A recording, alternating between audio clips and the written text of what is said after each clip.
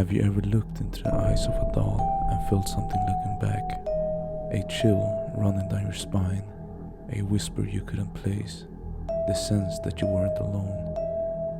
For centuries, dolls have held a strange place in our world, not just as toys, but as symbols of innocence, and sometimes gateways to something darker. In today's video, we'll explore the terrifying true stories behind 3 of the most haunted dolls in the world. These are real cases, backed by eyewitness accounts. This is Scary Encounters TV. Hope you enjoy.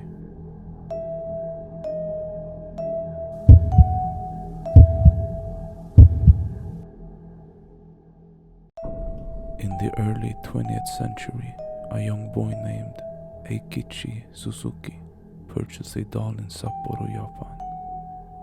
While on a trip, he was shopping for a gift for his 2-year-old sister, Okiku. The doll was beautiful, porcelain face, black bob-cut hair, and a traditional kimono. It stood around 40 centimeters tall, with expressive, almost lifelike features. Okiku adored the doll from the moment she received it. It quickly became her constant companion. She named it after herself, Okiku. The two were inseparable. She talked to it, slept with it, and treated it as if it were alive. But tragedy struck just 1 year later. Okiku died suddenly from a high fever, leaving her family devastated.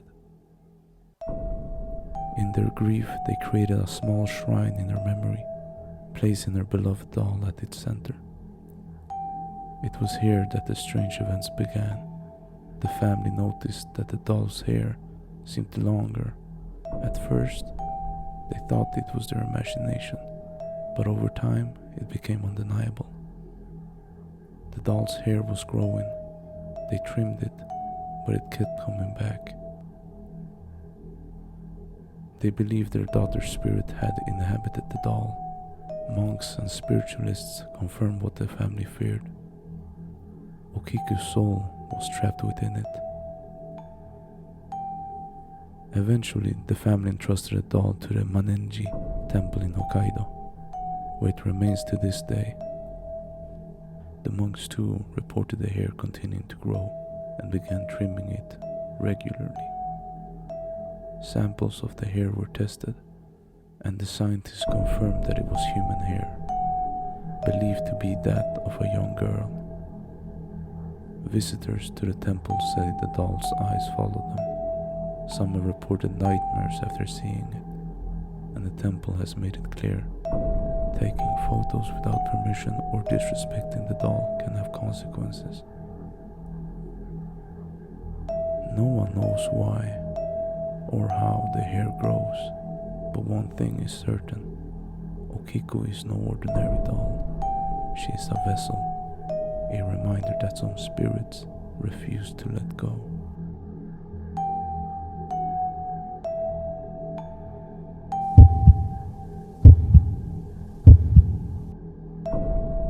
On the sunny streets of Key West, Florida, sits one of the most feared objects in the world, Robert the Doll. In 1904, Robert Eugene Otto, known as Gene, was given a doll by a servant working for his family. The servant, who was allegedly mistreated and knowledgeably in voodoo, gave him the handmade doll as a gift, or perhaps a curse.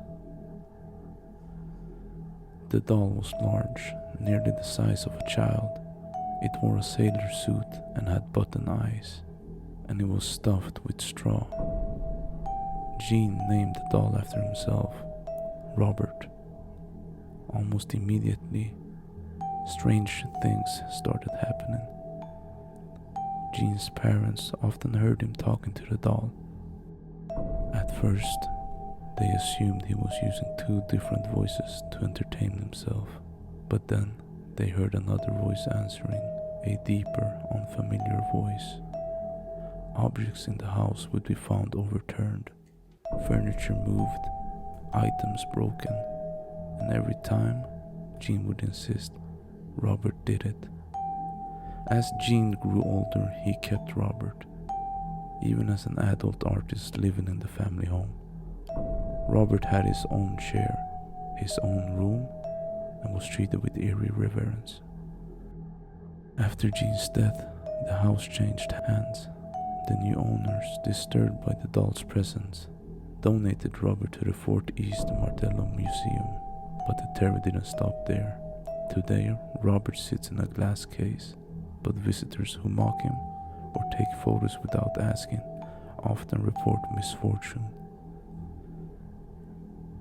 The museum receives letters daily, apology notes from people begging Robert to lift his curse. Staff have reported cameras malfunctioning, shadows moving on their own, and whispers late at night. Some believe Robert is possessed by the spirit of the servant. Others say it's a darker force. But one thing is certain. Robert is no ordinary doll. And if you ever visit, remember to say hello. And always ask before taking his picture.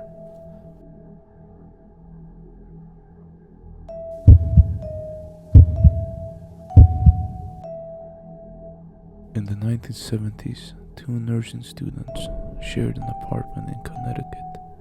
One of them, Donna, received a gift from her mother, a vintage Raggedy Ann doll.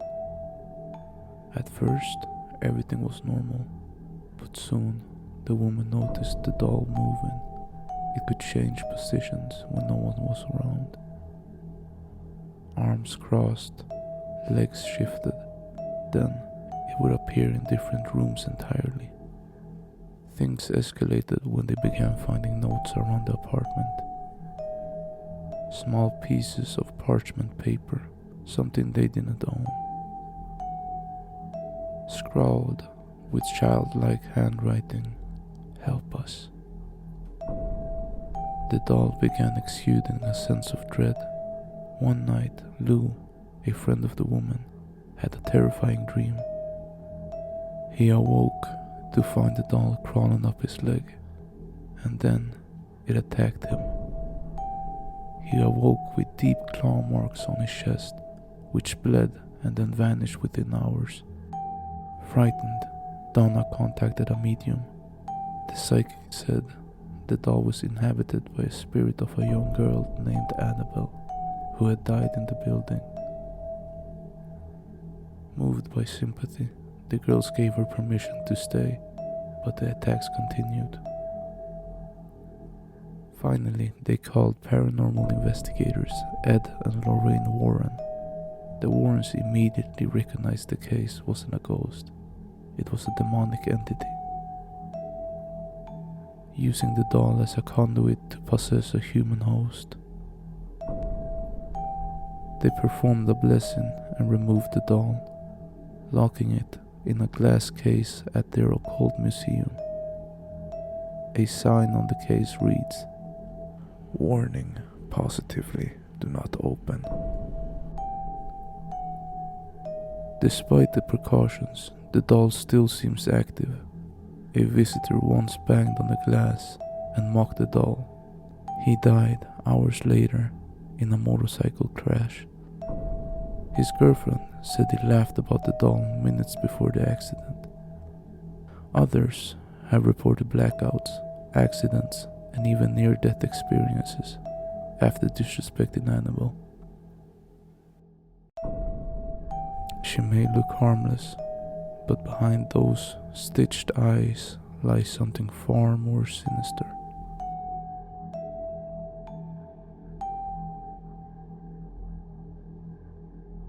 Dolls are supposed to bring comfort, joy, and nostalgia, but these three are reminders that sometimes the most innocent faces hide the darkest secrets. Whether it's Okiko's growing hair, Robert's lasting curses, or Annabelle's demonic rage, these stories have stood the test of time, not because of folklore, but because of the sheer number of people who've seen, felt, and suffered their power. So, the next time you see an old doll at a garage sale or sitting alone on a shelf, ask yourself, what has it seen? What might be hiding inside? Thanks for watching Scary Encounters TV. If you enjoyed this deep dive into haunted dolls, make sure to like, comment your thoughts below, and subscribe for more chilling encounters from around the world. And remember, don't play with dolls you don't understand. Sleep tight.